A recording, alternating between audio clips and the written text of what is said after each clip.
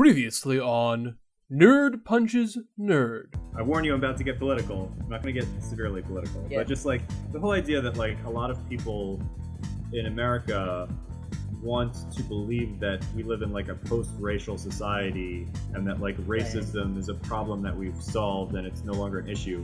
And all the people who believe that, by the way, are white.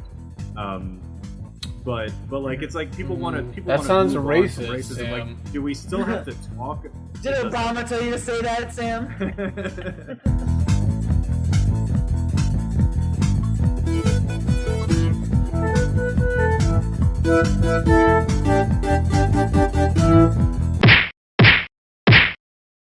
Hello and welcome to Nerd Punches Nerd, the only podcast where a bunch of nerds pretend to physically fight over minor pop culture minutiae. I'm Jeremy here with Benji and Sam, and happy Nerd Year, guys. Happy Nerd Year. That's right, happy Nerd Year. Happy Nerd Year. And today, we're going to be talking about the nerdiest movie of 2014. Of course, we've been doing this for 2 years now. In 2012, it was a race between, was it Avengers, was it The Hobbit? And it was The Hobbit, as we discovered. And in 2013, it was a similar sort of thing. We also said The Hobbit. But now 2014's gone. It's gone, man. We gotta figure it out. Is it gonna be The Hobbit again? Well, here's what's interesting. Last year, we all had these predictions where we said, what do we think the nerdiest movie is? Now, we won't know, of course, until the end of the podcast, but I'd just like to remind you guys what we all said. So, Benj, you said X-Men Days of Future Past. I said Knights of Badassdom. And Sam, you said Guardians of the Galaxy. So, we all had a different choice. Right. And not only that doesn't necessarily mean that's what we're going to decide, but that's what we all said. So, okay. I feel like those were all pretty good guesses. Yeah, they're all good guesses. They're definitely good guesses. Yeah. We're going to have some interesting discussion, I think, about this. So, it's interesting because there's so many nerdy movies potentially coming out this year. And I think it behooves us to just do a little bit of, what do we think will be the nerdiest movie of 2015? And today, I think we'll go in the order of alphabetical for the last letter of our first name, but our full first name. Okay. Okay, hold on. Let's see. Let's figure this out now. For me, it's Y, so I guess I get to go first, right? Is it L for you? I'm L. All right. And then Benjamin, so that'd be N. Yeah, and so I go first. I guess. Okay. I've been trying to change it to Jeremiah, but I guess it doesn't really count. All right. Very well, Sam. Jeremiah. Yeah. Yeah. No. Okay. So my prediction for nerdiest movie of 2015. Okay. So first, I have an honorable mention. But it's actually kind of a fake honorable mention. But I was going to choose Ex Machina because I thought that Ex Machina was a movie that was based on a Vertigo comic book. Okay. And I guess it is written by James Robinson, I think. Mm-hmm. But it is actually not. It's entirely a different story that just happens to have the same name. And it is apparently about like artificial intelligence and like a robot girl or something. So it could actually be kind of nerdy, but it will not be one of my three choices. Okay. So my real three choices are, first of all, Pitch Perfect 2. What? That was a great reaction. Because Pitch, I know that's kind of unconventional. However, like within the subgenre of nerds who are acapella nerds, Pitch Perfect is like the nerdiest acapella nerd movie that you could ever imagine. I don't know. Didn't it like blow up Anna Kendrick's career? All right. Well, listen, you're entitled to your wrong opinion. It did. Okay. All right. But fine. If you don't accept that one, my second movie that I was going to pick. Take it if you want. I just wrong. I don't think it's going to be the nerdiest movie, but I mean, Pitch Perfect wasn't a hit. I don't think when it came out. Anyway, whatever. We don't have to discuss Pitch Perfect. So my second choice for potential nerdiest movie of the year is Terminator 5. which actually has the potential to be good, unlike the last two Terminator movies that kind of sucked. But Possible. that's not my ultimate choice. My ultimate choice is going to have to be Star Wars because Okay, so your actual choice. So let me. My actual choice. I know I picked 4 movies, but my actual choice for nerdiest movie of 2015 is going to be the new Star Wars movie. All right, well, let me just now, Sam. I know you were like Pitch Perfect wasn't a hit. In fact, it was a bomb. Now let me just tell you a little secret, Sam. The budget in 2012 for Pitch Perfect was $17 million. Now let's play a quick game of how much did it make? How much did it make? I don't know, 25 million? No, it made $113 million. What? Seriously? Yeah, so I guess Boom. Sam might be a little Nerd punched nerd right there. That was a nerd. That was a nerd punching nerd moment right there. I think you might have to take back your. Oh, it wasn't really successful, was it? That was a classic nerd being punched. Yeah, sorry. I wish we had sound effects. Jeremy, you got to add in a sound effect. Was it drive by? Gotcha. Yeah. All right. Okay. I accept defeat. Pitch Perfect was not an obscure movie. Now, I think it's Terminator, obviously, and Star Wars are obviously huge things, but I don't think you can doubt the nerdiness of Star Wars, considering all of the everything about it. And I think Terminator Star Wars is like the nerdy thing that everybody loves, but it's still nerdy. Yeah. Right. Yeah, especially because of how nerdy Star Wars nerds are, and they still exist, and they sort of created this type of nerd. I mean, you're pre-Star Trek. I mean, you know, in some ways, Trekkies are a whole other level too. But Star Wars, like, really. Well, Star Trek did come first, but Star Wars made it more like everywhere. But anyway. Yeah. No, you're right. So, you're right. Benjo, what would you say is your nerdiest movie 2015? So we're doing number 1, not 3. You can just pick your number 1. If you want to talk about something else, that's fine. But okay. So actually, it looks like next year is pretty good for nerdiness. Mm-hmm. Like there are a lot of movies. I guess ultimately I would go with Star Wars, just because of Star Wars. Except here's the caveat. I keep thinking in my head, oh, J.J. Abrams, he definitely has got to go the route of trying to be loyal to it. But you know what? I don't know if he's got a track record of doing that. I actually really don't know. If he's like the teaser looked really good and looked like it was keeping in some of the spirit and maybe getting a little better. But you know, it's got to be the nerdiest things. But the other thing that's really interesting, and I in some sense you could say is nerdier than Avengers 2. Is Goosebumps. Whoa! Because Goosebumps, that's an interesting nerdy thing. I mean, I don't know how nerdy people are about Goosebumps now or anything like that. Is it really considered nerdy? I mean, I don't know. It's a very popular series. It was very popular. But I'm saying people being into it now. You know what I mean? I guess if you're an adult and you're into it now, that's a little nerdy. Yeah, I hear that. I could go with that. But I guess that the movie is not meant to be an adult's movie. I assume it's a kid's movie. Right.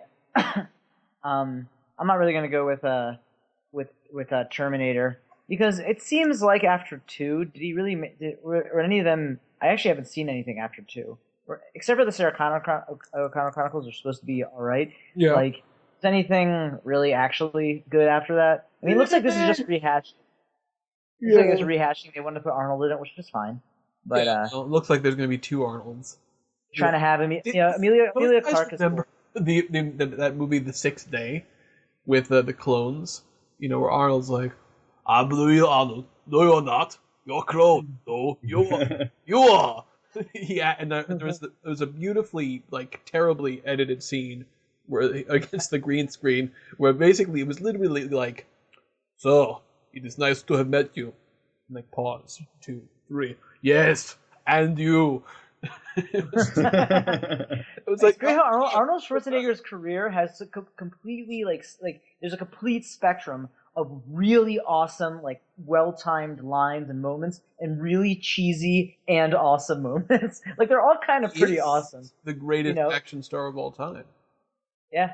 Even with all his crappy movies, he still is. Because even his crappy, he is one of those examples of he's in movies that are so bad it's good, or even just his performance. You could say so bad, like it's just he. Yeah, and he's also in So Bad It's Bad too, but that's a separate thing. All right, do you have any honorable mentions? Tarantino. I got to. Hateful Eight. Fair enough. Yeah. All right. Well. Okay. I'm gonna try. Okay, wait, but Benji, what was your ultimate pick? Star Wars. Okay. Well, Star Wars. I might, if you had to pick something else, then what would it be? Avengers 2. Oh, okay. So I don't really know Ant-Man. Let me get past the ones you guys said, because obviously they are nerdy, but we're thinking nerdy-est. And let's be honest here. Star Wars, Avengers, they're going to be huge movies. We're talking, billion for sure. But Ant-Man? Come on. But is it going to be nerdy?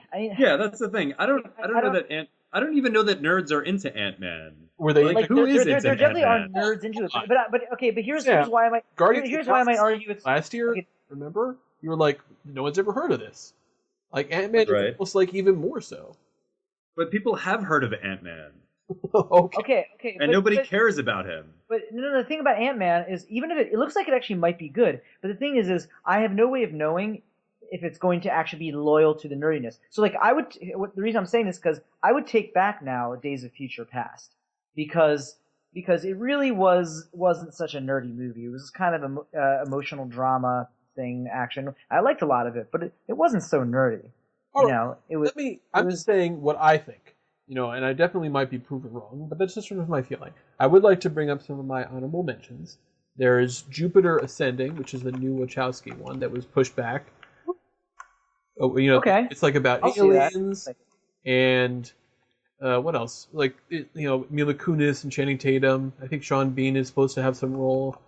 There's also a new movie from Neil Blomkamp called Chappie, which is about a robot in South Africa that's kidnapped by local gangsters for their own nefarious gains. I did. Okay. I did kind of read that. Are the nefarious gains to increase apartheid restrictions? Is that what it is? No, this is. Or sorry, robot apartheid restrictions. There's another thing called Tomorrowland, which is really mysterious. Yeah, I saw that. Nobody really knows much about it. It obviously shares the name with the place, Tomorrowland in Disney. It's a Disney movie, and it's directed by Brad Bird, of course, of The Incredibles. And there's something about time and space, and it's sort of, who knows. But one of the things I really like is that in the description, there is George Clooney as Frank Walker, a grizzled inventor. Which is just, I love that description. Wait, how could I forget about Paul Blart and Mall Cop 2? Okay. How could I forget about that? Put it with that nonsense. Now, you might want to make an argument for Jurassic World, but I don't really think it's going to be that. Looks like it's pretty terrible. Yeah. Now, what's interesting is, here's like where I'm not sure about, which is Pixels.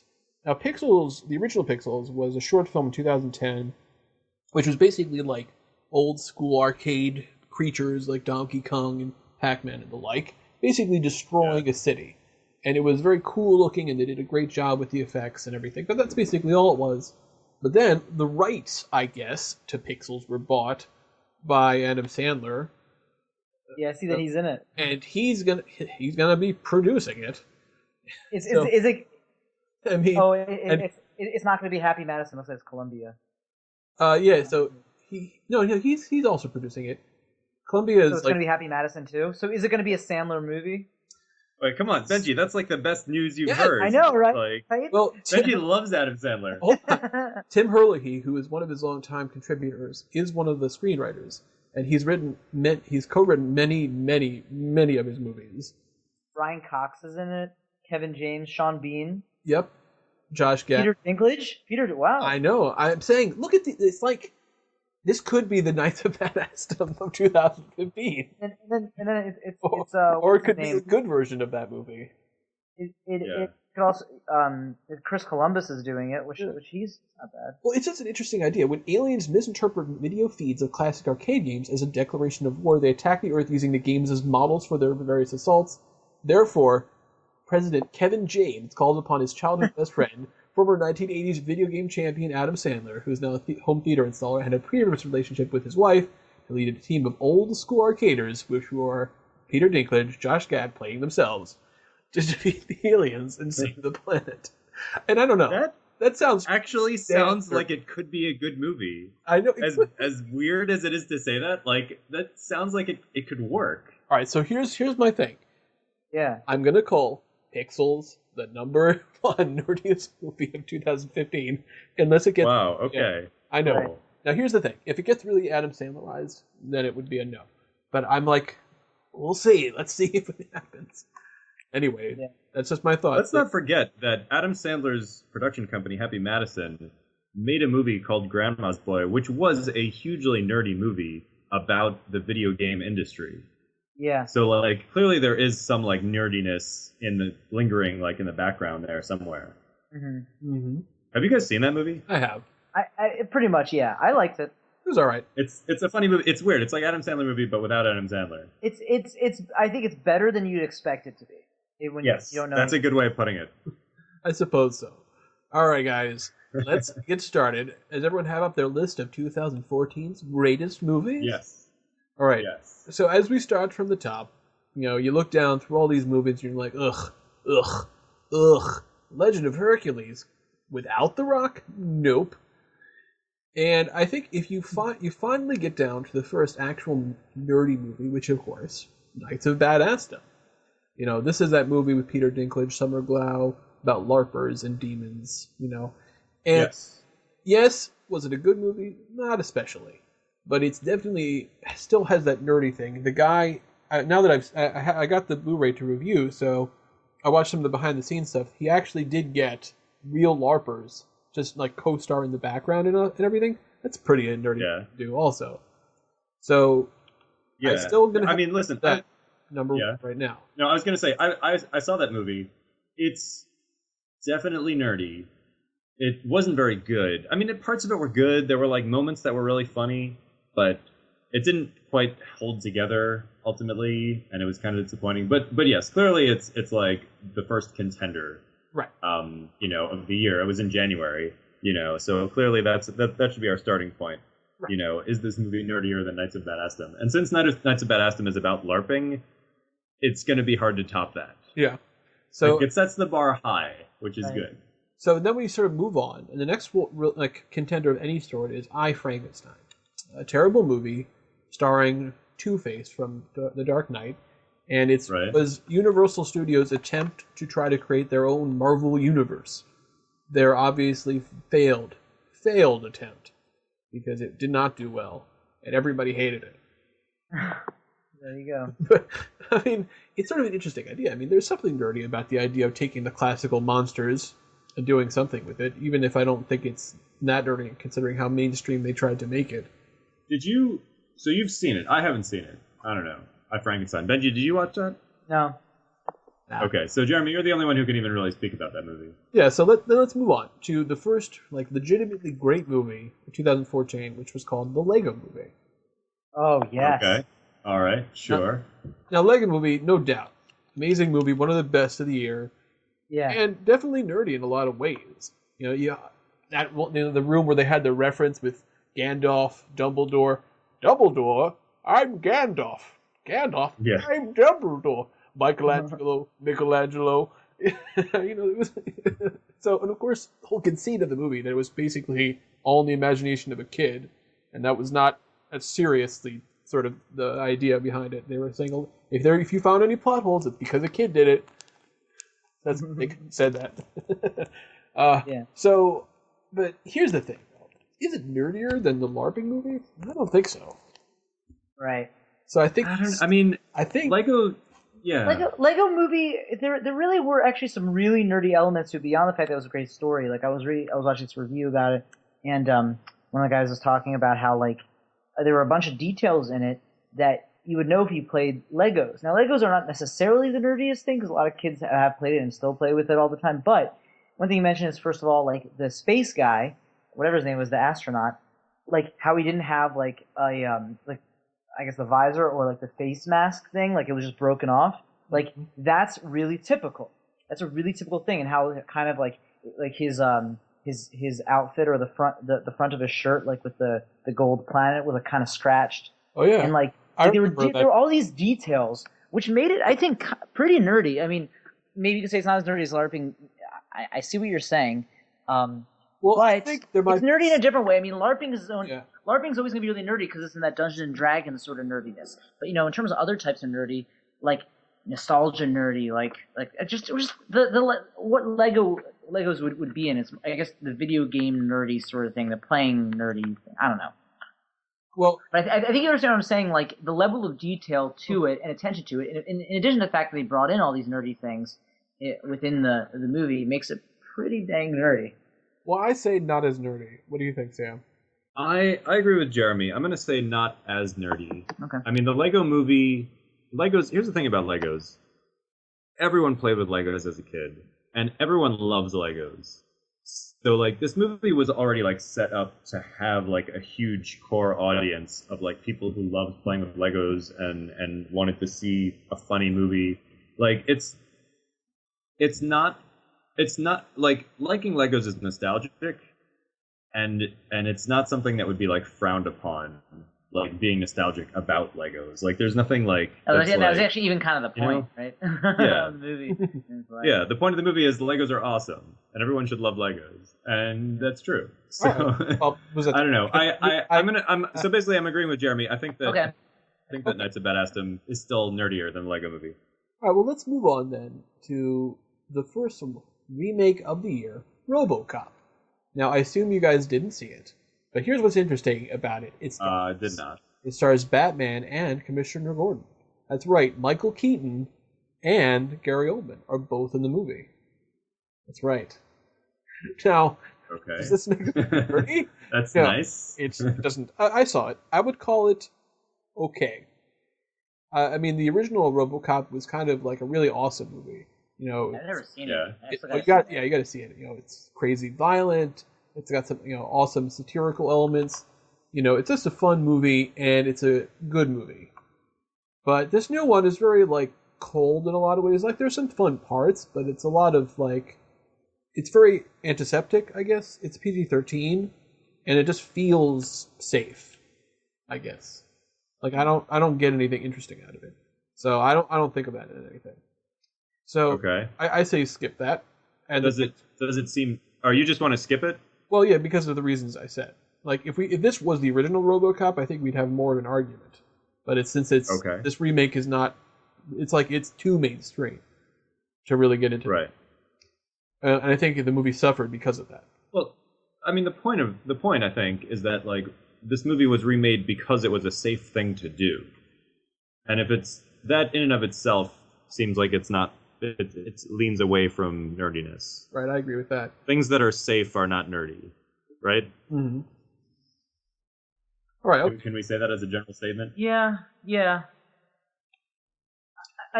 Unless it's something that is really, I don't know. I mean, like My Little Pony is pretty safe, right?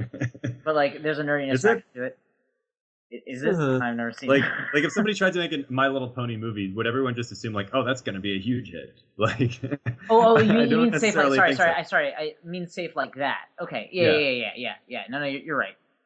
Okay, and not like like obviously Star Wars will be people will go out and see it, but like if it's bad, people will tear it to shreds. Yeah. So it's not like like it's not safe in that same. What's a good like barometer or however we should say it for knowing how much people will hate it compared to like I guess proportional to like their fan base or something.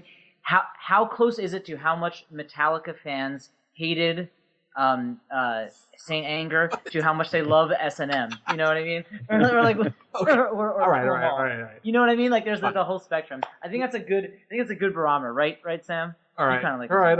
I mean, I guys, we're getting it's too hard much into Metallica. Translate that. Let's move on to the next thing, which is called Winter's Tale.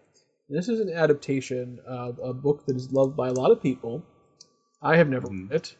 Have either of you guys read Winter's Tale? It's not Shakespeare? No. Nope, not that one. No. So what's the one? What's the Shakespeare one? Winter's Tale. Winter's Tale? I don't think so. It's the Tempest was his last one. Oh, yeah, I guess you're right. A Winter's Tale was a Shakespeare. This is not that. It's a 20th century book, and it's not good. At least the movie was terrible. I did not like this. It's by Akiva Goldsmith, who is the same guy who won an Oscar for that Russell Crowe movie about the guy who was crazy and has never had another good script ever. He also wrote Batman and Robin. So, Beautiful Mind was not good. I mean, the first half was pretty good, I guess. Yeah, so I think it's. How can the same person have written A Beautiful Mind and Batman and Robin? A Beautiful Mind wasn't that great. Just the first half of it, kind of good. Sometimes you can get lucky. Apparently, Winter's Tale was like his big thing. Like he'd always wanted to make it, but it's one of those classic. No one can ever adapt this, and I don't know if that's true, but I know he did not do a good job. I like the parallel with Zack Snyder. Terrible director with Watchmen? Well, maybe. Except they were going to do Watchmen anyway, whereas he actually pushed for Winter's Tale. All right, well let's move on to Pompeii. Now I know what you're thinking. Pompeii. Now there's something nerdy about the idea about anything historical in some sense, and it does star Kit Harington, who was Jon Snow, and it stars Trinity, Carrie-Anne Moss, and Jared Harris, who played Moriarty. But on the other hand, it's still also very, very boring, typical kind of, look, the volcano has it going to blow up yet? Nope, we're going to get some blah. Yeah, we can move past this one. I don't think that's at all a serious contender. Right. So let me bring up the next one, which is the new 300 movie. Son of God? Yeah. No, Son of God is I don't even think it counts because they took it from a TV show, and then they just recut some of it into the movie. So I don't count that. I guess before this, I think there's something wrong here. Also, it says Anchorman 2 came out February 28th. That's not true because I've never seen. It had a re-release in 2014. That's what. Yeah. I guess if we want to, you could talk about Non-Stop, which is a Liam Neeson movie where it's basically taken on an airplane. Sort of. I mean, I feel like somebody must have just sold it like that, because it's basically him like occasionally beating up people. Yeah, Liam Neeson has really become typecast. Also, Denzel Washington, specific role. Him and Denzel Washington, like both these like very well respected older actors, are doing these what is this trend? They're doing these like action movies that are not supposed to be that great. Like I mean, both Liam Neeson and Liam Neeson actually has been doing action, I guess, for a little longer. But still, both him and Denzel Washington, who are established as being really terrific actors, deservedly, are doing these like a ton of these action things. I mean, I guess it's work, but I just find it interesting. Well, Denzel has always made a lot of movies, some of which haven't been good. That's pretty much standard for him. Really? Okay. I guess I think that's true. I think Sam is right. All right. The next thing is called 300: Rise of an Empire. And if you want to see a sex scene that's also a fight scene, and one of those people is Ava Green, then maybe you should see this movie. That is a selling point for me, I guess. My feeling about this movie was... When you say a sex scene that's also a fight scene, they're basically... do you mean the people who are having sex are also fighting each other? Yes. Or are they fighting other while people? they're having sex? They're fighting each other at the same time. Or they're fighting each other while they're having sex with other people. Yeah, it was interesting because it's a very violent kind of movie, but I mean the truth is it was all very blah, blah, blah, in terms of the actual action. It was all just like sort of extending the 300 element, so I didn't really find it particularly interesting. Ava Green was good, just because she's a very charismatic actress, but the rest of it I would skip. But this actually brings us to an interesting thing. Now, I know you guys haven't seen it, but there was this documentary called Jodorowsky's Dune. And wait, hold on. Are you going to skip Mr. Peabody and Sherman? I'm afraid so, Sam. Because that's pretty nerdy. Oh, come on. You can't deny that Mr. Peabody and Sherman is nerdy. It may have been a terrible movie. Just because they have glasses doesn't make it nerdy. It's based on on like side characters from the old Rocky and Bullwinkle cartoons. It looks like come on. The most mainstream cartoon ever. I mean, come on. Anyway, the thing about Jodorowsky's Dune, I don't know if you guys are familiar with the novel Dune. But yes. In the 1970s, weird Chilean French Jewish director Alejandro Jodorowsky tried to film the movie Dune, and it failed. He did not do it. And it was going to be a really, really crazy movie. And it didn't happen. It didn't work. So it's interesting about this movie. It's a documentary, so it's kind of like the way that he failed, I guess. So there's something sort of nerdy about adaptation of a classic sci-fi novel, but that being said, doesn't go above the LARPing thing for me anyway.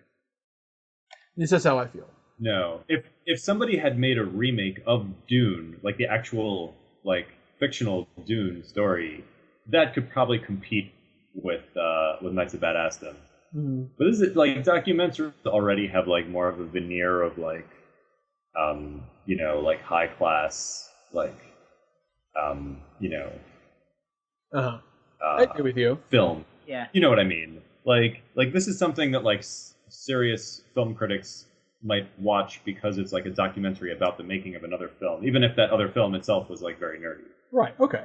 So here's one that I think is an interesting contender. I guess we'll have to decide. I don't know if you guys have seen Journey to the West, which is Stephen Chow's new. Oh, I have to finish that movie, but yeah, it was really good. It is a really good movie. It's it's like a as is his want. It's like kung fu pastiche. It's based off of one of the classic Chinese novels.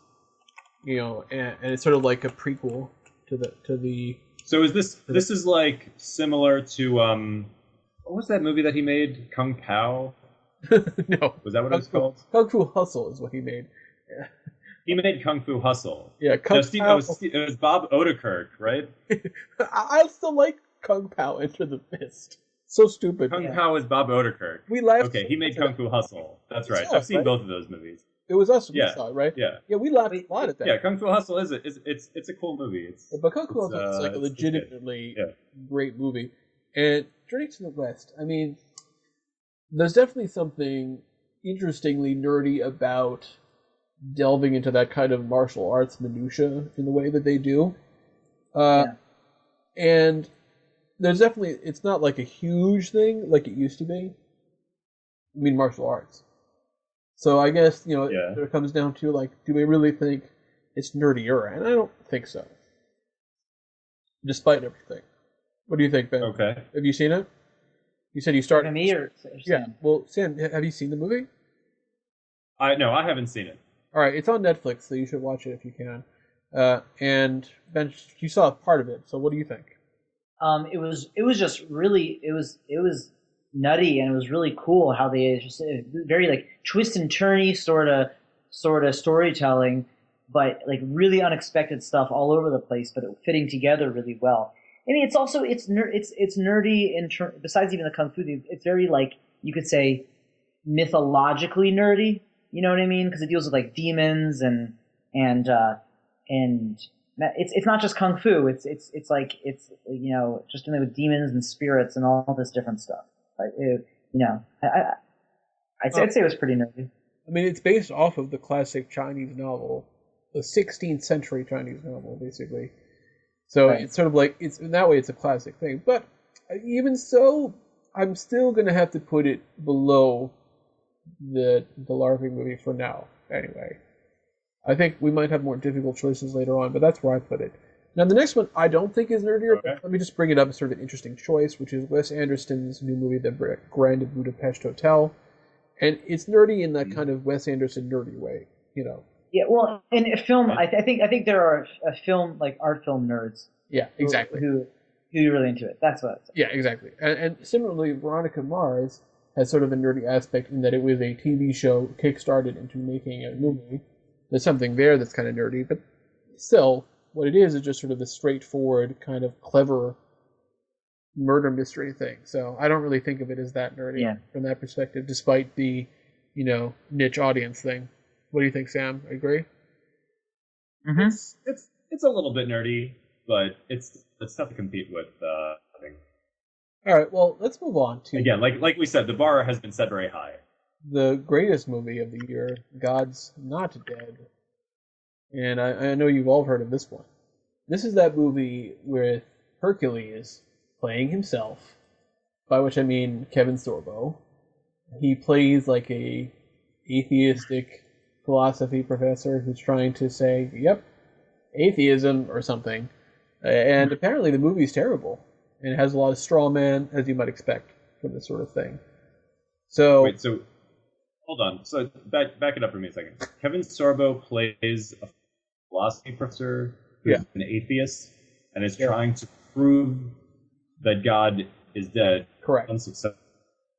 Well, basically, because there's a lot of straw man arguments. Is that the plot? Did I get it right? Well, there's a student who, let's say, is a believer, and the first day of class, he's like, all right, everyone, just write on the paper, God's dead. That'll be your first A, and we'll move on. That way we all have a place of starting from. I know what you're thinking. This sounds like a pretty crappy philosophy professor to say something so definitively. Yeah.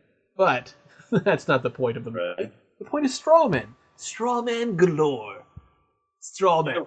Far as the eye can see. I took a lot of philosophy courses when I was in college, and I don't really remember anyone ever discussing God in terms of like God being dead or not. Well, first that's a weird way of even like framing the question. That's sort of like it's a derivative of the Nietzsche thing, and Nietzsche was like he was saying it in a really kind of depressed way, like, "Yep, God's dead because we killed him." He was basically saying he was decrying how awful humanity had become. He wasn't saying any kind of literal spiritual thing.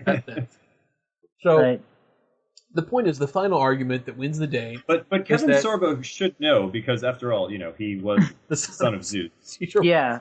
But let me just spoil the ending for you. Basically, the way that he tricks Kevin Sorbo into believing in God is when, it turns out Kevin Sorbo's wife died of cancer, and that's why he became an atheist. So when finally the student says, "Hey, if God's not real, how come you hate him so much?" Of course. So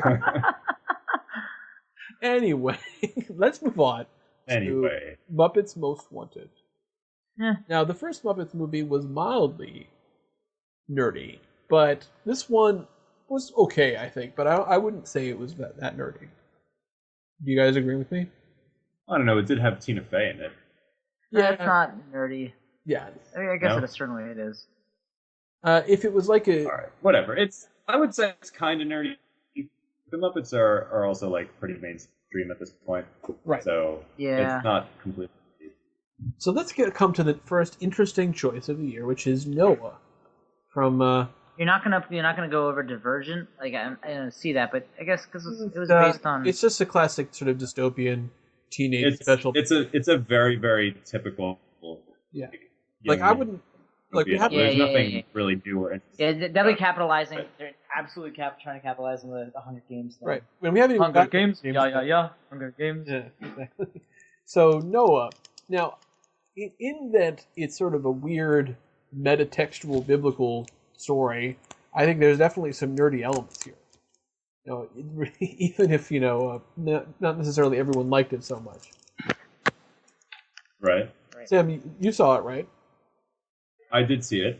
I have to say that it is pretty nerdy. I mean, anytime you make a story from the Bible and specifically from the Old Testament, and it's not like the Exodus, like Ten Commandments, right.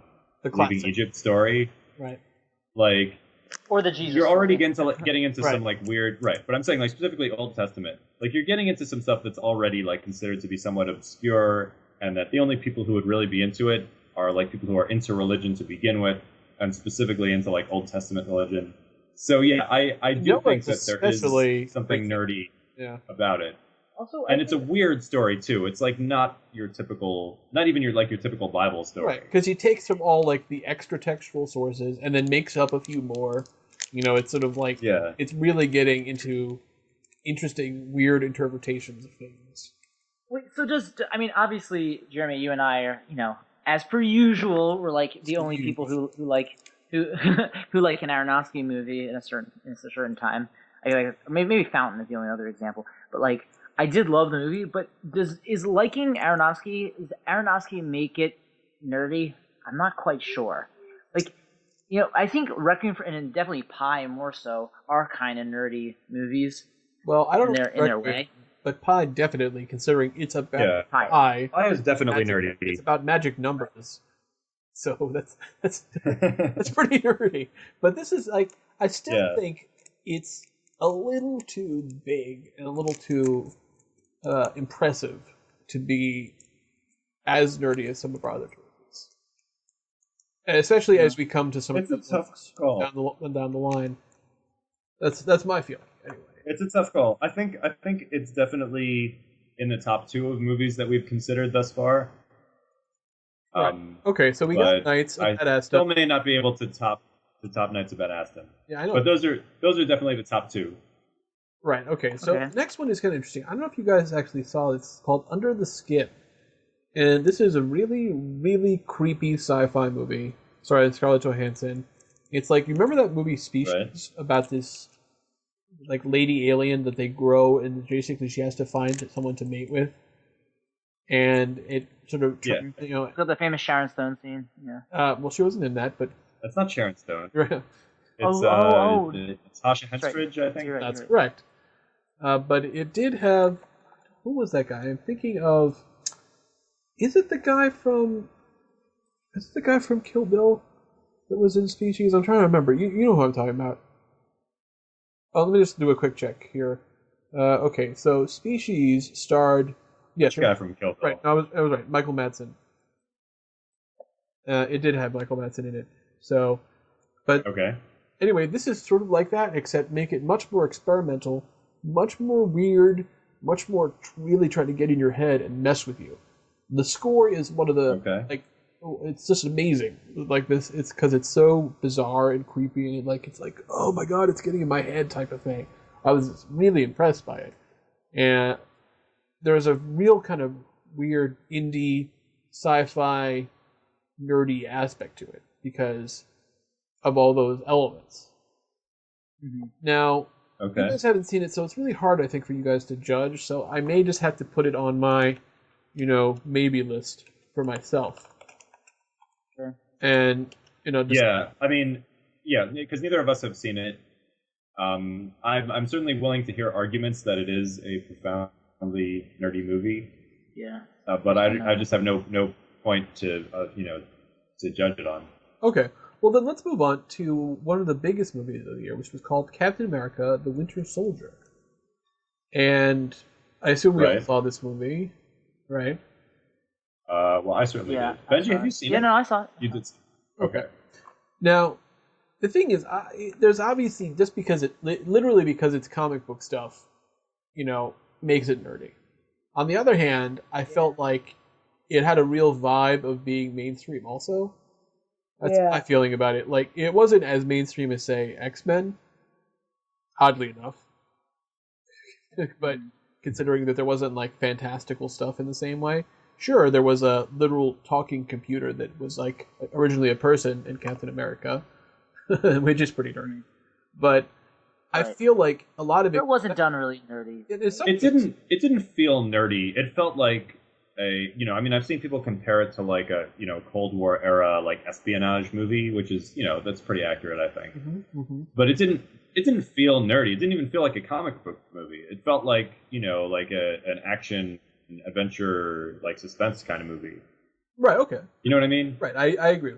Okay. So then let's move on to April 11th, and there was a movie that came out called Only Lovers Left Alive, and this starred two very vampiric-looking people, Tilda Swinton and Tom Hiddleston, and also Mia Wasikowska. If you're guessing it's a movie about vampires, you're right.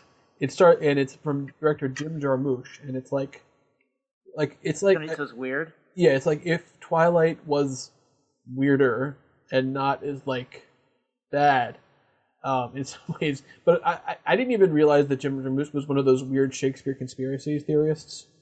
Because at one point... Oh, he is? Yeah, suddenly at one point in the movie... He's an anti-Stratfordian, or whatever they call them? Yeah, I don't remember what the name for the exact thing he is, but basically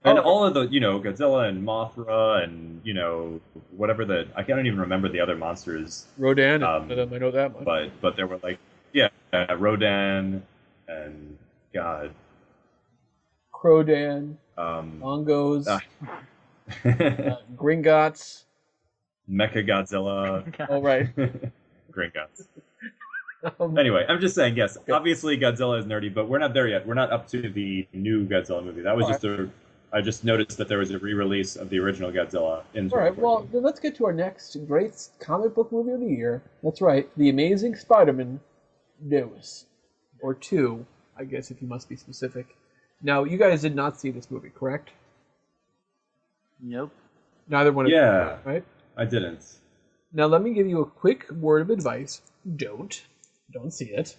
I gotta say, I don't know. I heard that this went through like a million rewrites, but whatever they did with Jamie Foxx's Electro character, they ended up with the wrong story. His story made no sense. It was stupid. It was really stupid, and everything else became much stupider just because of that. I don't even really remember everything else that happened because his story was just so terrible. And then I don't know if you know, like Gwen Stacy died at the end of the movie. That was like the big thing. Yeah, I heard that.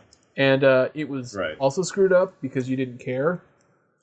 It was like, oh, yeah. Which is bizarre because I read an interview with the director where he basically said like his plan throughout these first 2 Spider-Man movies the whole time was like the whole point was that he wanted to get to the moment where Gwen Stacy dies. So it's kind of bizarre that her death didn't seem to matter that much. Well, part of it was the movie was so muddled and messed up that you just couldn't bring yourself to care. So I'm sorry, but nope, not as nerdy just because it's too artificial. So bad. It's like artificial. It's not like a real movie. So we'll now move along, and I think we can skip past Neighbors, and we can probably also skip past. Are we skipping Bad Johnson? I think we can skip that one. I was thinking about that. But I mean, what kind of nerd doesn't have a Bad Johnson from time to time? Oh, hey, I'm walking here. I thought we'd finally get to Sam's favorite movie, which is Godzilla. Or Godzilla. Yes, Godzilla. So, what do you think, Sam? What you thinking, Sam? Go ahead. I already briefly spoke about Godzilla and why I think Godzilla is nerdy. So I think I've sort of like explained myself as far as that goes. But, was this new movie nerdy? I can't say because I didn't watch it. I heard it wasn't bad. Yeah. I don't know. I would certainly be willing to see it. But I don't know. For me... I don't know. Jeremy, you saw it, I assume. You've seen all these movies. And even thinking I didn't see it in the theater, I watched later, like on Netflix or something. Because I just want to watch as much as possible. So I can tell you my feeling on Godzilla was that it had a good atmosphere, and there were probably a zillion shout-outs to the old school Godzilla stuff that I didn't pick up on because I don't know any of that stuff. But to me, it just seemed like a monster movie, and not especially nerdy to me, anyway. More than just being a monster movie. How would you compare it in terms of nerdiness to, say, Pacific Rim? Because Pacific Rim was a movie that was inspired by that same Godzilla tradition. It's not as nerdy as that. It's not as nerdy, and it's like more like a King Kong thing. If you remember Peter Jackson, King Kong. That's more how I feel. Oh, the Peter Jackson King Kong. Okay. Yeah, that's more how I feel about it. Peter Jackson, who is kind of a nerdy, is definitely a nerd and a director. Didn't make a nerdy King Kong movie, but it's okay. It's not like King Kong has this big like audience and following of nerdiness. Like right. True. All right, well, let's move on to. I think we're all going to admit, best Oscar and worst Oscar. I know those aren't actually categories, but they're going to make him up for this masterpiece, Blended. That's right. Yeah. Adam Sandler, Drew Barrymore, 2 people who couldn't be more different. One's a man, the other a woman. I can't see where this is going. Somebody say Oscar. If they give out an award for most Oscar this year, That movie was so bad. I think they planted a guy in the audience at our screening who laughing because there was like one guy laughing at everything. Jeremy, I forgot to tell you, it was actually me. I wasn't going to tell you because I just flew in. I flew in just to see the new Adam Sandler movie. I didn't realize you were a large, heavy-set. You would do that. I am a large, heavy-set. Jeremy, I'm kind of sensitive about my large, heavy-set blackness. He was not only laughing, he was also explaining it like things just in case like maybe we missed it. Like, oh, that was a rhino. Like, yeah, but we all saw it. That wasn't the problem. That's not why. Well, Jeremy, that's part of my culture. I don't know why you don't understand it. Didn't you see? Okay. How can you say that in light of 12 Years a Slave? Come on. Let me tell you something. I was there. I was sitting next to another critic who is a friend of mine, who's also black, and he walked out in the middle of the movie. Happens to be black? I'm just saying, in the middle of the movie. He couldn't even sit through the whole thing. And also, well, you know, if black people can't handle it, then it must be good, right? That's what you're saying, Jeremy? Is that what you're saying? What the hell does that mean? Clearly, I liked it when I was the heavyset black man there. All right, Ben. So. You liked it? Okay. Tell me, Benj. What? A kooky guy from Adam Sandler's past comes back, and Adam Sandler beats the shit out of him. Which SNL alum from Adam Sandler's time was in the movie and was much better than him?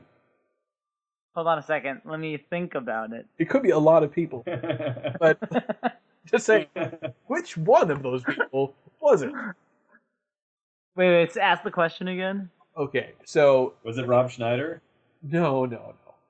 But that's not a bad guess. But I said who's better than him. Oh, who's better than him? Yeah. Kevin Gillan? David Spade? Wow, very good. Maybe you did see the movie. It was talking to me? Yeah, it was Kevin Gillan. Yeah, that's because I saw it when I was heavyset in black last year. Okay. So let's move on to X-Men: Days of Future Past. And I think we all agree this movie was a little nerdy, but it wasn't that nerdy. Yes, there was time travel, but it was pretty stupid time travel. Like the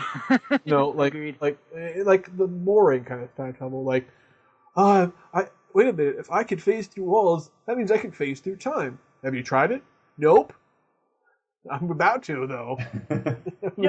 Jeremy, we talked about this. I think either you or Sam mentioned. You guys mentioned this at some point. I think in one of our more recent podcasts. Yeah. Just saying how Bryan Singer kind of has turned out to the stuff has just over the course of what we've seen, it seems to not be such great stuff. Right now, he's got some really stuff. About all right. I should say. I mean, I was making fun about that particular thing, but Matthew Vaughn, who was one of the original screenwriters, said that one of the ideas behind that was that it was like one of the secondary mutations from during the new X-Men arc. Is that maybe Kitty, who was able to phase through physical objects, maybe she had a secondary mutation that let her phase people through time instead of just through physical objects. I was like, oh, that's kind of a cool idea, except there's never been any mention of secondary mutations in any of the movies, and there wasn't one in this one either. So it might have been background. Right. Like, well, it's a sort of you're just making up stuff. Very imaginary background. Yeah. So I don't know. It was. I will say I did like that movie a lot. I'm a big fan of that movie. Sure. And it certainly is nerdy. But was it the nerdiest movie? Maybe not. Yeah. No, maybe I spoke too soon. Also, I don't really want to trash Bryan Singer. It's just and also maybe I shouldn't blame him for some of the issues. It was just there were good things, but on both ends of it, just there were kind of some dumb things going on in terms of first of all, it wasn't until I saw Silver Linings Playbook recently that I really actually saw what Jennifer Lawrence could do.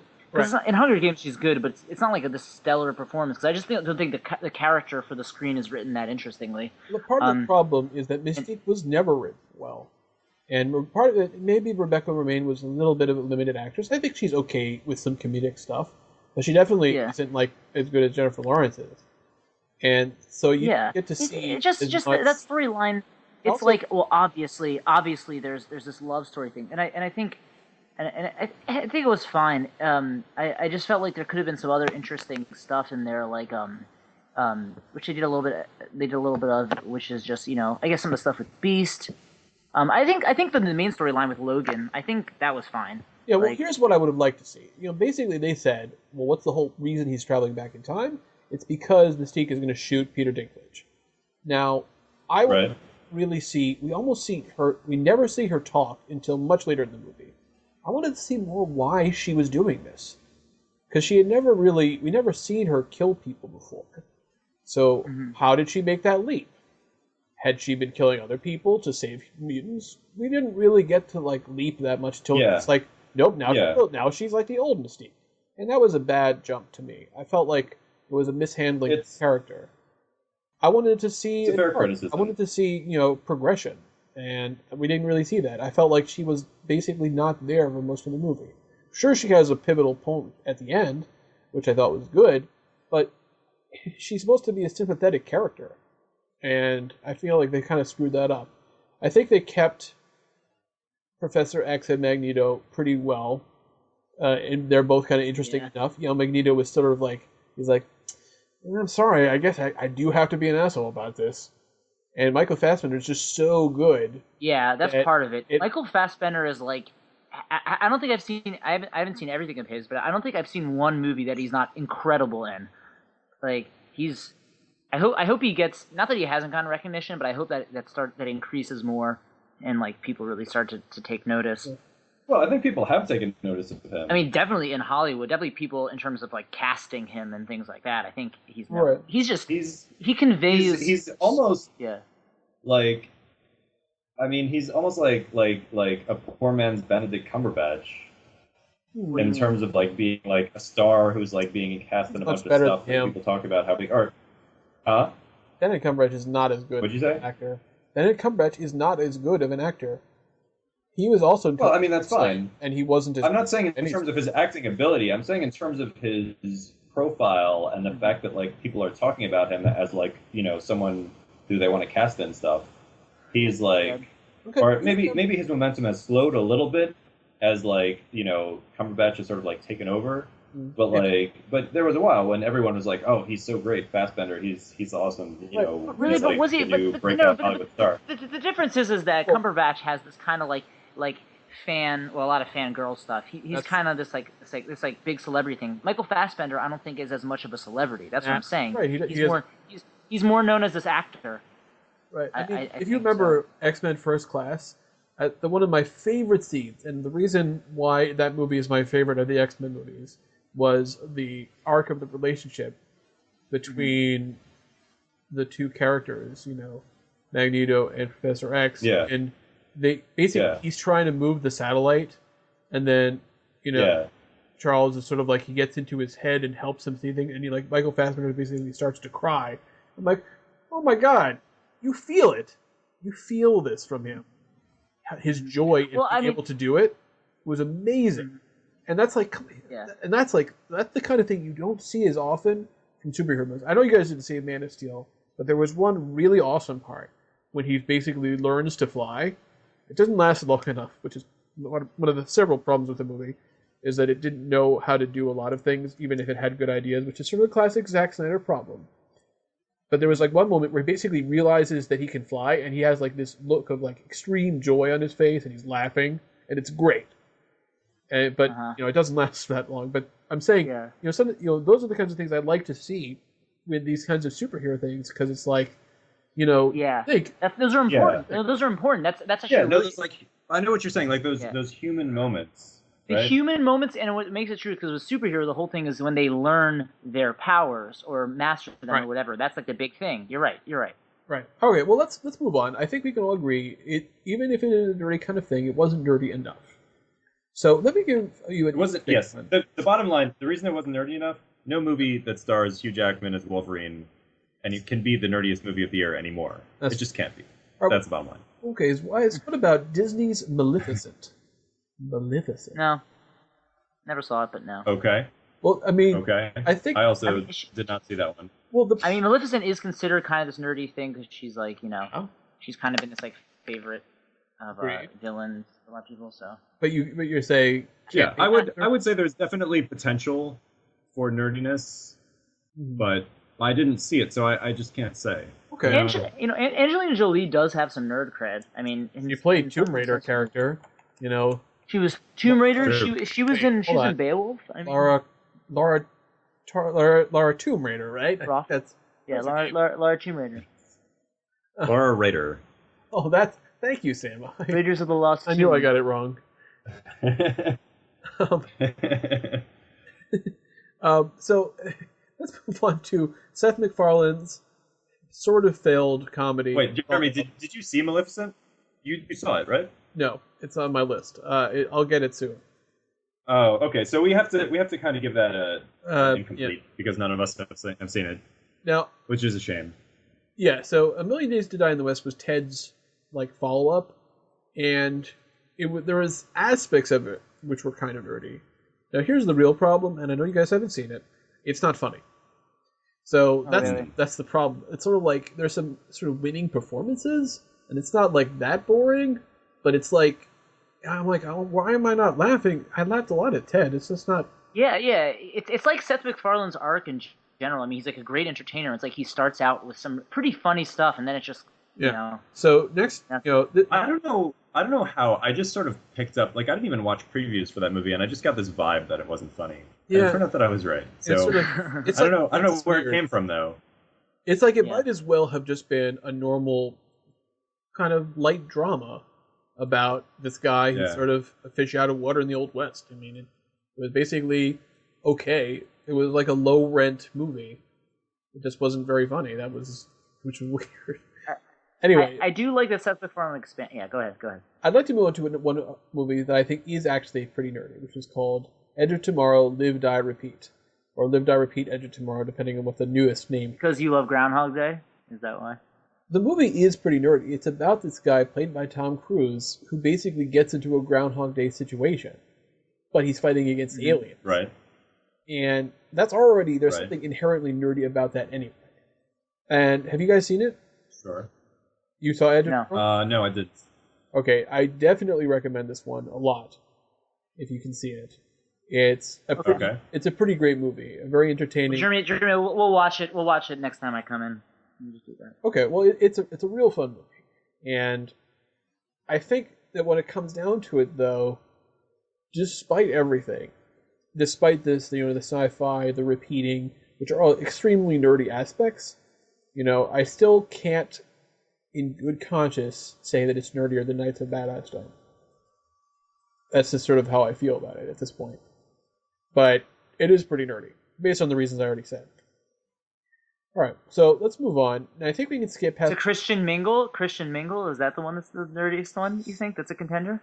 Wait. What about Supermensch?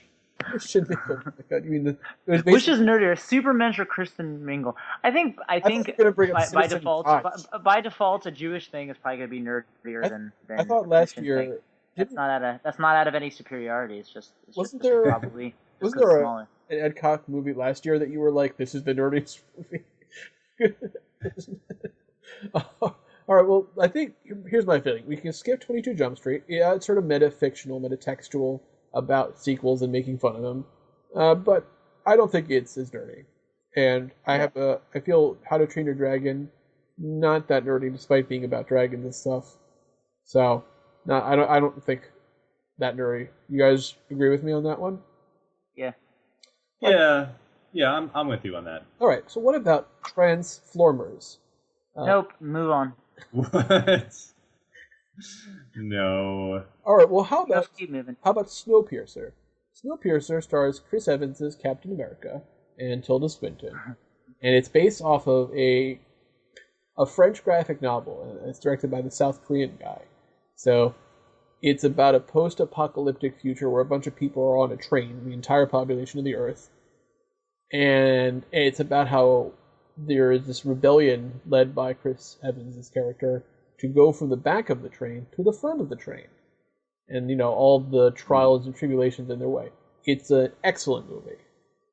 Okay. This is a movie that I wanted to see, but did not get around to seeing, unfortunately. But it definitely has very high potential for nerdiness. Yeah, no, this is definitely a good movie. The sci-fi parts, the way that it's unforgiving with a lot of its messages, because part of it is that it's a foreign movie based on a foreign novel, it's a comic book, a graphic novel. There's a lot of aspects there that are very nerdy. It's sort of unapologetic about that stuff.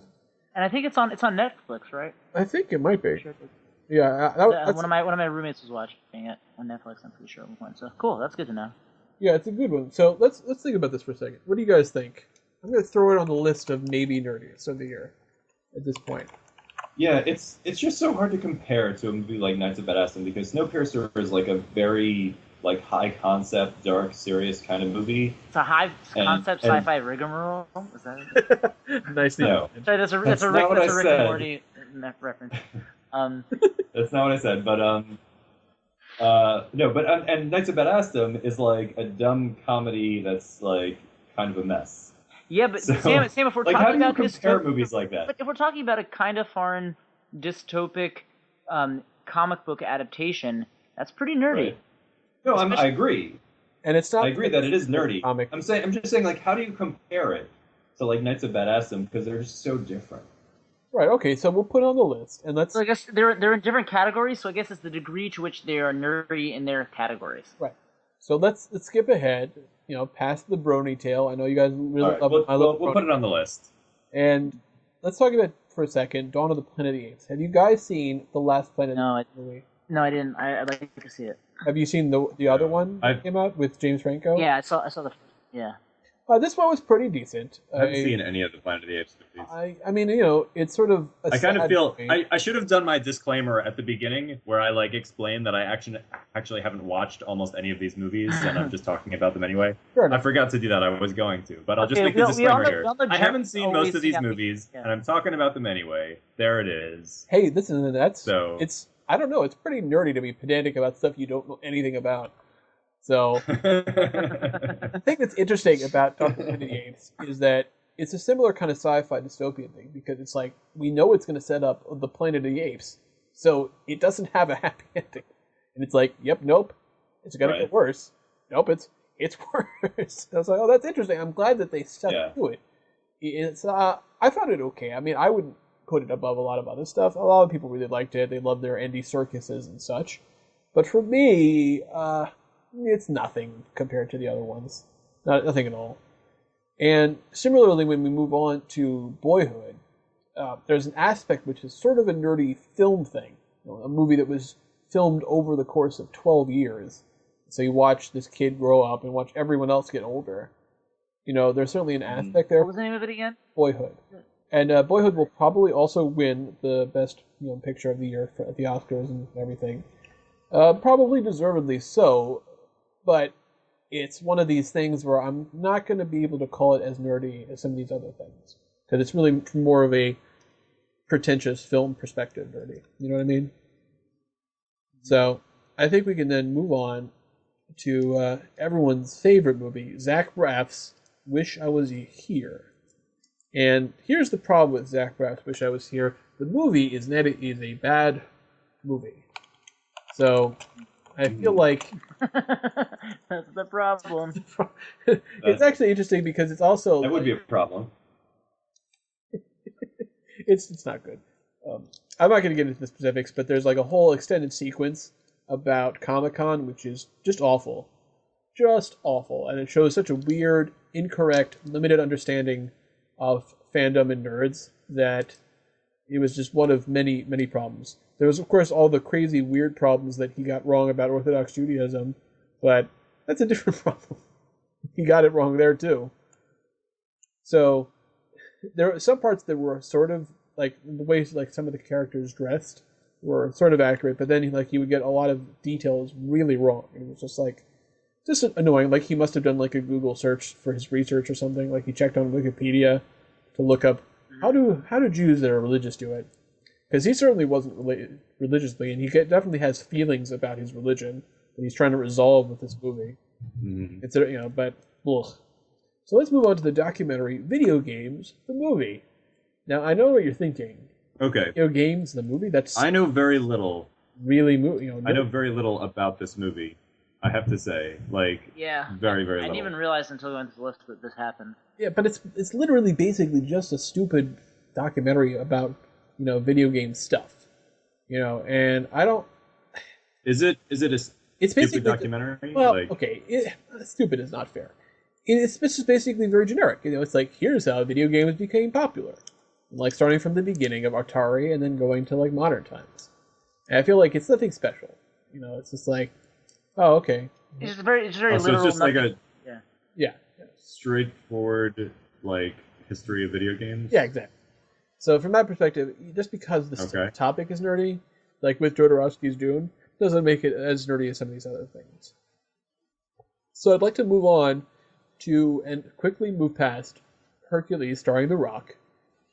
And just like any of these sort of vaguely fantastical Hercules things, there's an element of nerdiness there.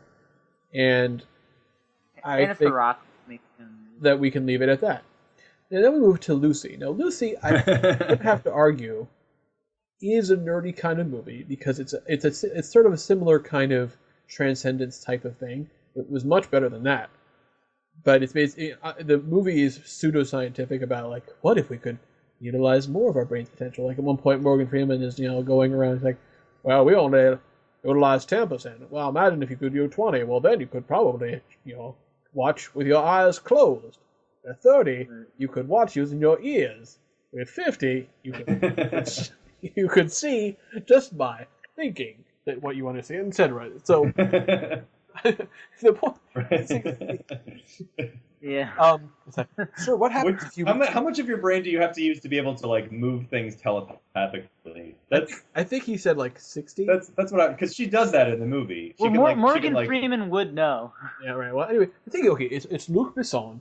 It's about this. She can do stuff with her mind. It's basically about humans transcending their normal form and becoming something higher. It's a trippy, weird French movie. I don't think you could argue that there's something nerdy about that, even though it's kind of a weird mainstream kind of thing also. And of course, it's the second Scarlett Johansson movie I've mentioned that you guys haven't seen. Right. I guess we don't have to count Captain America 2 because you saw that. But even with everything I say, I'm going to put it lower on the nerdy scale than what we've hit already. So, easy enough. So let's get over to our first serious contender, which is Guardians of the Galaxy. Guardians of the Galaxy. All right, well, let's hold off on that for just a second so we can talk about Teenage Mutant Ninja Turtles. Now, Teenage Mutant Ninja Turtles was okay. The movie made no sense. There were elements that were stupid. Megan Fox acted terribly. And there's a nostalgic element to it. I say not as nerdy. So let's get back to Guardians of the Galaxy. But before we do that, let's talk about the Giver, which is Sam's pick of last year. What is happening? He wants to talk longer about Guardians of the Galaxy. Sam, last year you said the Giver was your honorable mention, where you thought it might be one of the movies of the year. Now I see you have not. Turns out that I didn't see it, first of all. Although my lady friend did. Nice. And she said it was not good. I saw it, and it was okay. It seemed exceptionally generic to me, but maybe it's just because everything's been copying it since then. But I felt like it was kind of, I don't know, it seemed like it was a lesser version of things like The Hunger Games to me. So I'm going to have to say probably not Sam. All right, well, let's get back to Guardians. No, that was a bad call, I think. Let's get back to Guardians of the Galaxy. Whatever. It was a long shot. But before we talk about that, we'll skip. All right, let's talk about Guardians of the Galaxy for a little bit here. All right. So Guardians of the Galaxy. Obviously, we had a huge podcast where we talked about it. We don't need to get into the analysis of it. So let's just talk about whether or not we think it's as nerdy as everything else. Now, it's definitely one of the nerdier movies of the year, despite everything. We've seen it. I mean, I've seen it probably 4 times, I would say. I saw it twice so far. And I watched it with the commentary, which is also very interesting. And there's a lot nerdy about it because I mean in so many ways. First of all, not a lot of people know about Guardians of the Galaxy. Very few people knew, which doesn't necessarily make it nerdy, but that is part of it. It got really deep. It's deep into the Marvel world universe without really touching on a lot of the general Marvel things, except the Avengers storyline, except for the Thanos thing. But still, it was Xandar and what's the other one? Grootopia. The Kree. The Kree, yeah. The Kree, yes. The Kree Empire. Like that whole war. Definitely, I think people who follow Marvel would know what that is. So it's pretty nerdy. A lot of though there were also like these pop culture references that were in there. Like I think it happened in a nerdy way. Mm-hmm. I think it was pretty nerdy. My feeling right now is that it's going to tie for nerdiest of the year, and then we can decide later if we think it really is the nerdiest. All right. So right now we have basically 4 contenders. Is that right? Yeah, we have Snowpiercer, Noah, Guardians of the Galaxy, Knights of Badassdom. Those are our big ones. Right. And after that, maybe we have X-Men, Lucy, Under the Skin, Captain America. Ones that aren't going to win. Okay. But oh my God, guys! I just realized we've made a terrible mistake. We forgot to talk about Sex Tape. Sex Tape with Cameron Diaz and Jason Segel. Come on, listen. This is about a guy that accidentally uploaded a sex tape to the cloud. The cloud, guys. Can you get more nerdy than the cloud? They basically had to. That means anyone can see it because it's on the cloud. They had to invent a new kind of sharing that doesn't exist to explain how it actually could happen. Because then after that, they even said, you know what? And then later on, they actually go. And then he's like, I need to delete this. And he's like, oh, you idiot. You just had to literally go in and delete it. And it would have deleted from everyone's. And he's like, oh, crap. This is after he'd already been blackmailed. And then it was... That's how it works on iTunes, right? Yeah, so it was nonsense. Put something up, then you delete it. It deletes it from everybody's computer. First it downloads it down to everybody's computer, then it deletes it from everybody's computer. It would have worked if they just said it was iTunes. I'd like to quickly talk about Sin City 2. This is one of those things that came out like 10 years after the original. It's still based on Frank Miller's graphic novel. This one also has Ava Green also being naked, Joseph Gordon-Levitt, et cetera, et cetera. Is it a good movie? No. But is it a nerdy movie? Kind of.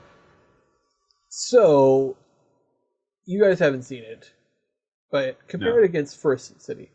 Would you consider that a nerdy movie? Yeah, in its way. Yeah. Sin City was, although it was also a very cool movie. Yeah, no, but it was nerdy. It was nerdy. Mm-hmm.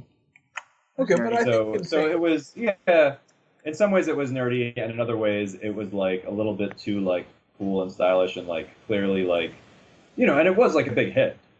Right. Mm-hmm. But yeah, like this, I mean, like SimCity, it's been 10 years. It's just like, everyone's like over it, right? I think that's fair to say. Everyone is over SimCity. Okay, well, let's move on quickly to The Maze Runner, which is another Hunger Games ripoff. But it's also like sci-fi dystopian, special ones type of thing. It actually does a decent job of the way it subverts the special one. You said Hunger Games? Ripoff. Oh. It's called The Maze Runner. It's another like YA sci-fi dystopian novel where one guy is like the special.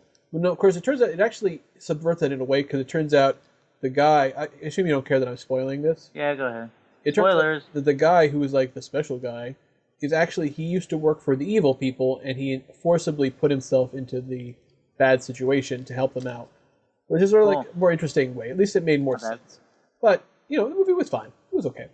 But I want to bring up a very interesting choice. Now, you guys... I haven't even seen this because I kept pushing it off. But it's called Zero Theorem. It's from Telly Gilliam. Gilliam? Mm-hmm. Gilliam. I think it's Gilliam. All right. This is one of the true box office bombs of the year. It had a budget of about $10 million, made about $770,000. And that's not good. Wow. And that's not good. It's about a guy named Cohen with the Q, Leth, with Christoph Waltz, who's about a reclusive computer genius working on a formula to determine whether life holds any meaning. So there's something like weirdly pie-ish about that. Now, I haven't actually seen it, but it always seemed kind of a weird, nerdy thing to me. I don't know. With Terry Gilliam, it's very tricky. You can have really great stuff, but you can also have like really odd stuff that isn't that great. But Brazil was pretty good, and 12 Monkeys I really liked a lot. But Fear and Loathing in Las Vegas is fantastic. Right. Brothers Grimm, bad. Imaginarium of Dr. Parnassus, horrible. And especially considering with Heath Ledger's last movie. So, I don't know. I mean, let's just think about this for a second. Do we even want to consider this movie, considering we haven't even seen it? No. Yeah, I don't know. I mean, maybe if one of us had seen it, we could kind of talk about its potential as a nerdy movie, but yeah. I don't know. All right, well, let's move on then. What about Gone Girl? Gone Girl. Now, my feeling about Gone Girl is that it's a little too mainstream. It's David Fincher. Yeah. That helps. But I think that the concept is just too mainstream. It's not nerdy enough. I like the movie. It's a good movie. But it's not really nerdy enough. So I guess we'll move on to Benji's apparently favorite movie, I guess. Christian Mingle? That's why? Yeah. Is it because of who stars in it? You know, who stars in it? The girl from Mean Girls. Oh, Lacey Chabert? Yeah. And you're like, oh, well. Hot. Yeah, that means it's gotta be good. Gotta be amazing. Benji's like, now I gotta check this movie out. It's got Lacey Chabert in it. I mean, it looked terrible. In the movie, Gwyneth Hayden has it all. A top-notch career, killer wardrobe, dream apartment, and great friends. She thinks the only thing missing is a man. Oh, this is not a Christian movie at all. What are you talking about? In an honest realization, she sees her superficial life for what it really is, and is driven to create a personal relationship with, who do you think? Wait for it. Is it Jesus? Groot? God. No, it's God. It's hard to say. Wait, she's the voice of Meg? Yeah.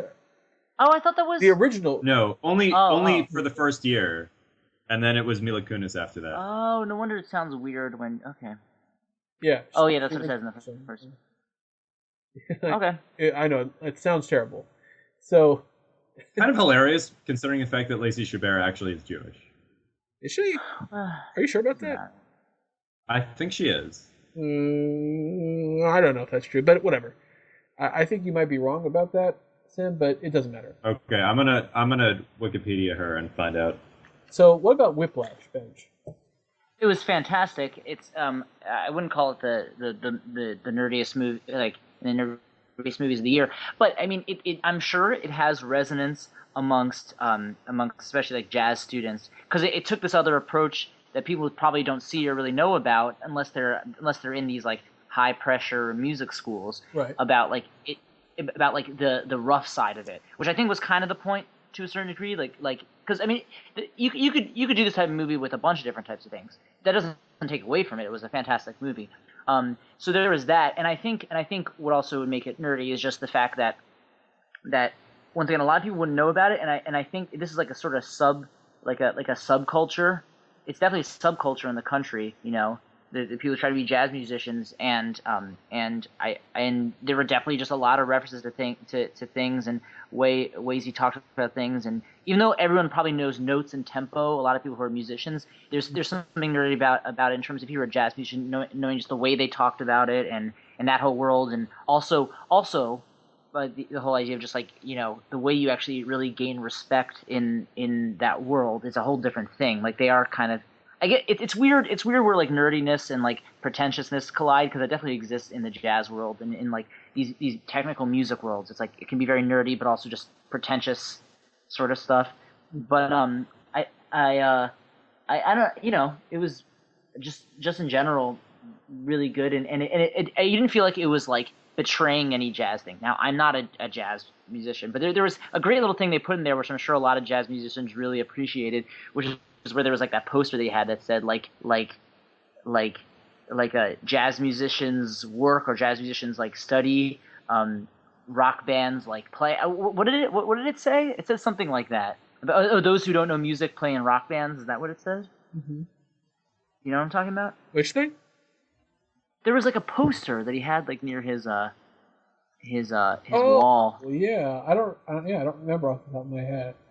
Whatever. So no, not Nerdiest Movie of the Year, but it does deserve a mention for some nerdiness. There is some nerdiness there. Right. Okay. So let's move on then to. All right. So update on Lacey Chabert. She appears not to be Jewish. However, she did marry a guy who might be Jewish. Oh well. There you go. There's that. There you go, Sam. She married a guy. His name is David Nadar. It sounds Jewish. It does sound a little Jewish, I guess. All right, well, let's move on to Birdman. Birdman. And I'm going to have to say that there is a real nerdy quality to this kind of thing. You know, it's dealing with this guy who used to be... It's a deconstruction of superhero concepts and, like, theater, existentialism. You know, I don't know, man. You saw it. Yeah. I mean, it's... yeah. It's also just kind of nerdy in I don't know how much it makes it nerdy or not, but just it definitely would resonate with a lot of people who have been doing stage acting for a while, who are stage actors. It really captured that. One thing it really captured, which was cool, because it reminded me of some of my experiences with it, is just the whole feeling and of coming out onto the stage and like the rehearsal nights and the performance nights and all that sort of stuff, and a lot of the literal backstage stuff and how everything looked. So it satisfied that, and then there was it didn't really go super deep into any sort of comic book or superhero nerdiness, but that was a theme in there that worked really well. But it didn't really go super deep into that. Right. Okay. This is a movie that I haven't seen, but I need to see. Yeah, you do need to see it. This is probably like number one on my list. Like, I definitely want to see Snowpiercer also, but like Birdman is a movie that I've definitely have high on my priority. Mm-hmm. To make sure to check that out. Probably Birdman and Guardians of the Galaxy are like top 2 movies of the year. Like they're both on each other's level in different ways, and it's great because Birdman is kind of like a take on these big blockbuster, in a way, these big blockbuster super movies. Yeah. But just because of all this like Jewish nonsense, let me just make you feel a little bit better and tell you that Ava Green is actually Jewish. So okay, that's good. There you have it. Wait, why is that good? I don't care. Well, that's good. Did you remember your thing a while ago? Finally, a Jew makes it in Hollywood. That's right. So, gee. What about all the others?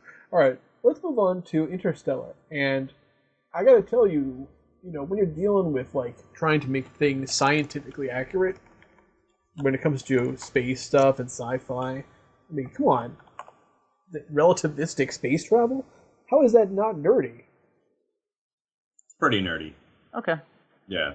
So the real question is it because it's such a huge spectacle? Does that make it less nerdy? That's the question. No, I wouldn't say so, but it's still, I don't think it's nerdy some of the other stuff. Mm-hmm. Okay, so... yeah. I haven't seen it yet. All right. What about Big Hero 6? You did see that one. All right, hold on. Go. So what about Big Hero 6? No. Okay. No. Well, let's move on then to The Imitation Game, which was about Alan Turing. So The Imitation Game only just came out, right? Well, I mean, it came out it was at the very end of the year? Yeah. That's right. So I haven't had an opportunity to see it yet. It certainly is like potentially extremely nerdy. I mean, it's a movie about Alan Turing, who's basically like, an iconic nerd in history, and also specifically an iconic nerd hero, an actual historical heroic nerd that they finally made a movie about. So it does have the potential to be like a movie that is very important to nerds. Now, does that make it a nerdy movie? That's like a different question, I think, right? And I say no, because I saw it. Okay. I don't think of it as that nerdy a movie. Sure, Charles Dance is in there from Game of Thrones, but that's like, and it is about, code breaking. But to me, it was just more of an indie movie than it was a nerdy movie. Right. But it's a movie that, well, I don't know. I mean, do you think it's good? Do you think it's a movie that like people need to see? I think it's overrated, if that's what you mean. I'm saying like nerds specifically. Like, it's a movie that nerds need to see because they need to learn about the life of Alan Turing. I do not. Okay, that's a shame because somebody should make a good movie about Alan Turing. Well, that's just how I feel. I just don't think it's that great a movie. But anyway, Yeah. I guess we can quickly talk about Hunger Games. I don't really think of it as that nerdy. No. Though it really, No. I thought it was really good, and it did resonate, and I think just altogether a really good movie. I still think the second one was the best out of the three so far, but yeah. All right, well let's skip over The Hobbit for a second and just talk about if there's anything else after that. Like, for example, there's Into the Woods, and I think we could all say, in terms of things like theater nerdy, that's pretty up there. Yeah, right? It's up there for theater nerds because it's one of those like, not that it's not a known play, but it's like a little less known, but it's really beloved by a lot of theater people. Yes, right. Definitely. Musical theater people specifically. Definitely agree. Now, at least one person that I spoke to who's seen the movie and is familiar with the stage play said that the movie was disappointing relative to the stage play, which I think hurts its nerd cred. Right. Okay. So, but still, definitely, like, it is nerdy, and it's about like fairy tales and stuff, which also makes it nerdy. Mm-hmm. Right. I think we can agree on that. But probably not one of the top nerdiest movies. Agreed. And what about The Interview? The Interview is not nerdy at all. Definitely one of the most newsworthy things of the year, but yeah, it was not as funny as their last one. I'll tell you that much. This Is the End, which was a really good one. This one was just sort of okay, is my feeling. It had some funny moments, but it was overall kind of, I've seen better. Is sort of like my general feeling about it. So, which is not exactly the ringing endorsement per se. All right, so that finally brings us to, that's right, Monsieur the Hobbit. Now, have you guys actually seen The Hobbit?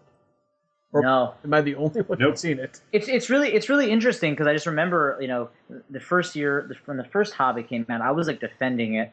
I'm sure you saw on the podcast I was defending it and talking about like, why are people making such a big deal out of it? Then when I saw the second one, I was like, oh yeah, this really is fucking terrible. And then I don't want to see the third one. And then also from what I've heard, there's no reason to see it. Like what just like bad decision making just went into it. It's funny because I think most people seem to think that the second one was better than the first one. Yeah, but I'm saying I think I just like sort of caught on a little more, so to speak. Like it seemed to me, it became clear to me what was going on, which is what kind of made it from the beginning, which is that it should not be stretched out to 3 movies, and that it possibly could have been at least decent if there were 2 movies. That could have made sense, they're just adding in all this other stuff, these other lessons, or whatever, and really trying to capitalize on Lord of the Rings, but in a bad way. It's just I'm just waiting for the fans to make like the fan edit where they take all 3 movies and just cut them down and edit them into like a single like 2-hour movie that's like good and like has good pacing. Yeah, because I mean we all know that someone's gonna do that. Right, because people have already made fan edits. It's just a matter of like of the first 2, but there hasn't been a Blu-ray release of The Hobbit, so there isn't like a high quality way to do it. So once that happens, I think I've already. Once that happens, I will happily watch the fan edit of The Hobbit. So I have one particular well-known fan editor who goes by the name Q2. That's the guy who did the Star Wars stuff that we saw, Ben, that we like. The excellent one. Yeah. He said he's going to make 2 Hobbit edits. One of them is going to be basically literally what the Hobbit text is. And the other one that's kind of cool. And the other one will be more like his version of trying to make all 3 Hobbits trying to make like the best movie that he can make. He gets so much. Do you know how much nerd cred that is for what he's doing with that? So I think that is amazing nerd cred. Yeah, he said he's going to try to make it into 1.5 or 2 movies as like good movie, but he has to wait till they're all out. All out on Blu-ray. I'm with Benji. He's way nerdier than us. Well, he also that is Star Wars amazing. Like that is like the level. I would gladly cede my seat in this podcast if he wants to join in my stead. Well, Yeah. none of My us. God, that is- I will is- retire that is- my position. Yeah, he's like, and the fact that he's doing both of those things, which that So we already know that he's capable of doing good fan edit stuff. So I'm definitely looking forward to seeing what he does with that, whenever it happens. But guys, we've come to the time where we got to decide nerdiest movie of 2014. Yeah, I think. Wait, so we're all agreeing that The Hobbit. Wait, what? Hold on, before you get into your Christopher Walken impression, where are we placing The Hobbit? Is The Hobbit not in contention anymore? Guess it still has to be, because that would be a huge upset if The Hobbit, it turns out, isn't actually one of the contenders for Nerdiest Movie of the Year. So what do we have? What do we have? It's still The Hobbit, so I have to say it's still there. Now let me give you our top 6. Knights of Badassdom, Noah, Right. Guardians of the Galaxy, Snowpiercer, Interstellar, Hobbit. Those are 6. So, Okay. here's where we have to do our little trick, which is, all right, pick your top 2 of that. Top 2 nerdiest of the year. Okay. So, Knights of Badassdom, Guardians of the Galaxy, Noah, Right. Snowpiercer, Interstellar, Hobbit. And let's just do the same order we did last time. So I think that, Sam, you go first with that. Okay, so hold on. It's Knights of Badassdom, Noah, Guardians of the Galaxy, Snowpiercer, Interstellar, Hobbit. and Hobbit. Yeah, I just pasted that in so you can see it as well. Yeah, And- I'm just writing it down so I can have it kind of visually. So let me look here for a second. I'm just gonna take a quick think, and I'm going to pick what I think are my 2 nerdiest. And I think I've got it. All right. So Sam, what are your top 2 nerdiest movies of the year? Okay. So I'm going to explain my decision making a little bit. I'm going to cut out Knights of Badassdom because the other movies are much higher quality. And like Knights of Badassdom, while it's definitely like a nerdy movie, it wasn't really that good. So I'm knocking it out. I see what you're saying, because we got rid of so many other movies that for not being as good. Right. Okay. Like Amazing Spider-Man 2. I'm also knocking out The Hobbit because there's been so much backlash against The Hobbit from nerds. Yeah, that clearly means that it can't be. They also got rid of plenty of things that are, No, I'm not even talking about what they got rid of. No, I'm saying like it also loses some. General. It also loses some nerd cred because of just all the shit they did with it. Yeah, for example, Radagast. It loses nerd cred. Is bunnies. It loses nerd cred because not hold on. It's I'm not talking about the specifics of what they did. What I'm saying is the fact that the nerd community has rejected this movie is a pretty clear sign that it can't be the nerdiest movie, right? Mm-hmm. So I've knocked those 2 out. And now it's sort of like it becomes very difficult because there's 2 movies that I've seen and 2 movies that I haven't seen. But I'm going to go with the 2 movies that I saw, which were Noah and Guardians of the Galaxy as the top 2. Upset. It's not really fair. I'm granting that I haven't seen Snowpiercer and Interstellar, but I don't think I'm so far off the mark in saying that. So those are my choices: Noah and Guardians. All right. So we got to vote for Guardians and vote for Noah. Benj, what do you think? Guardians of the Galaxy, and even though I haven't really seen it except parts of it, I'd say Snowpiercer. So you're saying Guardians and Snowpiercer? Wow. Oh. Whew. Okay, man. Ooh, lordy. Now, you know what? It's funny because I still have to pick Knights of Badassdom because being that isolated and hated in a sense, despite doing what you love, is kind of a nerdy thing too. But I'm also was going to say Guardians of the Galaxy, and that means it sounds like we have consensus. It sounds like we're saying Guardians of the Galaxy is actually the nerdiest movie of 2014. There we go. I think that's good. I think that's fine. Yeah. I don't think.